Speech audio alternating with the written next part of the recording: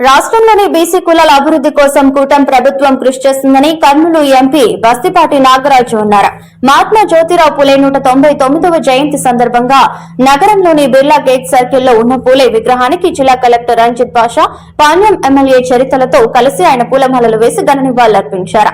అనంతరం అక్కడ ఏర్పాటు చేసిన జయంతి వేడుకల్లో పాల్గొన్నారు. ఈ సందర్భంగా ఎంపీ మాట్లాడుతూ జ్యోతిరావు పూలే కుల వివక్షను మాపాలనే లక్ష్యంతో పోరాడారని, విద్యకు ప్రోత్సహించి అందరినీ చైతన్యవంతులు చేసి ఎస్సీ, ఎస్టీ, బీసీలందరినీ ఒక స్థాయికి తీసుకొచ్చిన గొప్ప వ్యక్తి అని కొనియాడారు.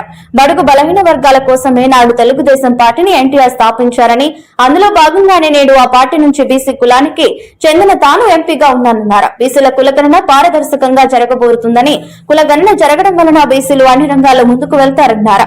ఇక బీసీల సమస్యల పరిష్కారానికి తన వంతు కృషి చేస్తానన్న ఎంపీ బీసీలు అన్ని రంగాల్లో రాణించాలని పిలుపునిచ్చారు. బీసీలు అన్ని రంగాల్లో రాణించాలని పిలుపునిచ్చారు. కార్యక్రమంలో మాజీ మంత్రి కేఈ ప్రభాకర్, రాయలసీమ యూనివర్సిటీ రిజిస్ట్రార్ విజయ్, వివిధ కార్పొరేషన్ల రాష్ట్ర డైరెక్టర్లు, బీసీ, ఎస్సీ, ఎస్టీ సంఘాల నాయకులు పాల్గొన్నారు. ఆ రోజుల్లో కుల వివక్షకు, లింగ వివక్షను ఈ రెండింటిని రూపుమాపాలన్న ఏకైక లక్ష్యంతో పనిచేసాను. ఈ రోజు అందరం ఆ కుల భేదమైతేనేమి, లింగ భేదమైతే లేకుండా అన్ని రంగాల్లో అన్ని వర్గాల వాళ్ళు ఉండే విధంగా పోరాడినటువంటి మహానుభావుడు ఆయన. అంతేగాక ఎందుకంటే విద్య మీద ఎక్కువగా ప్రోత్సాహం పెట్టైనా అందరినీ చైతన్యవంతులను చేసి ఎస్సీ, ఎస్టీ, బీసీ వాళ్ళంతా ఒక స్థాయికి తీసుకొచ్చినటువంటి మహానుభావుడు ఆయన. అంతేగాక డాక్టర్ బిఆర్ అంబేద్కర్ గారే నా గురువు ఆయన అని చెప్పుకున్నాయంటే ఆయన గురించి నేను ఈరోజంతా చెప్తే కూడా సరిపోదు ఇంకా. కాబట్టి అటువంటి మహానుభావులకి ఈరోజు మరొక్కసారి మనం అందరం స్మరించుకుంటున్నాము.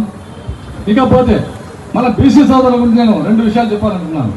ఎందుకంటే గత ప్రభుత్వం గురించి నేను ఎంత చెప్పినా కూడా వేస్ట్. అది వాస్తవంగా ఇప్పుడు ఏం జరుగుతుందంటే మనకు బీసీలో అంతా దేశవ్యాప్తంగా ఢిల్లీ వేదికగా నేను సంవత్సరం అయింది ఇప్పటికి దాదాపు పార్లమెంట్కి వెళ్ళి ఎంతో మంది బీసీ నాయకులు రాష్ట్ర వ్యాప్తంగానేమి చాలా రాష్ట్రాల నుంచి కూడా వచ్చి పలు వేదికల కులగణన జరగాలని చెప్పేసి అక్కడ పలు సందర్భాల్లో జరుగుతూ ఉంది.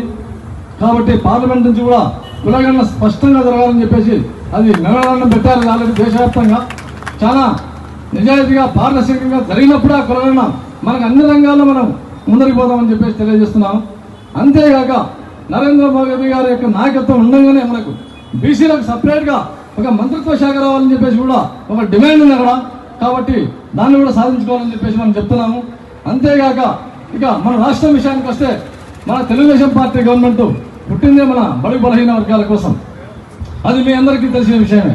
ఆ బడుగు బలహీన వర్గాల కోసం పుట్టిన పార్టీ రామారావు గారు పెడితే అన్నాడు ఆ ఆశయాలను తూచా తప్పకుండా పాటిస్తూ గౌరవ ముఖ్యమంత్రి నారా చంద్రబాబు నాయుడు గారు ఈరోజు కర్నూలు పార్లమెంటుకు ఒక బీసీపీ అయినటువంటి నన్ను సెలెక్ట్ చేసి ఈరోజు మీ ముందు నిలబడాలంటే అది ఒక తెలుగుదేశం పార్టీ గొప్పదనం అని చెప్పేసి మరొక్కసారి ఈ వేదిక నుండి మీకు తెలియజేస్తున్నాను. అంతేగాక ఇక మన కర్నూలు జిల్లా విషయానికి వస్తే బీసీల కోసం, ఎందుకంటే కలెక్టర్ గారు కూడా ఇప్పుడే చెప్పారు బీసీ హాస్టల్స్ త్వరలోనే అవి, ఎందుకంటే గత ప్రభుత్వంలో క్లోజ్ చేశారు. ఇక్కడ బీసీ హాస్టల్స్ అర్బన్లో ఉండేవి క్లోజ్ చేస్తే అవి మళ్ళీ రేపు అకాడమిక్ అంతా ఓపెన్ చేస్తానని చెప్పినందుకు కలెక్టర్ గారికి మరొకసారి నేను ధన్యవాదాలు తెలియజేస్తున్నాను. ఎందుకంటే బీసీల కోసం గత ప్రభుత్వంలో మనము 2014 నుంచి 19 మధ్యలో మనకు బీసీ భవన్ కట్టుకోవడానికి శాంక్షన్ చేస్తే తెలుగుదేశం ప్రభుత్వం పిల్లర్స్ మీద లేచినాయి. ఆ రోజు గత ప్రభుత్వం వచ్చేసి ₹1 నిధులు విడుదల చేయకుండా ఆపేసిందట.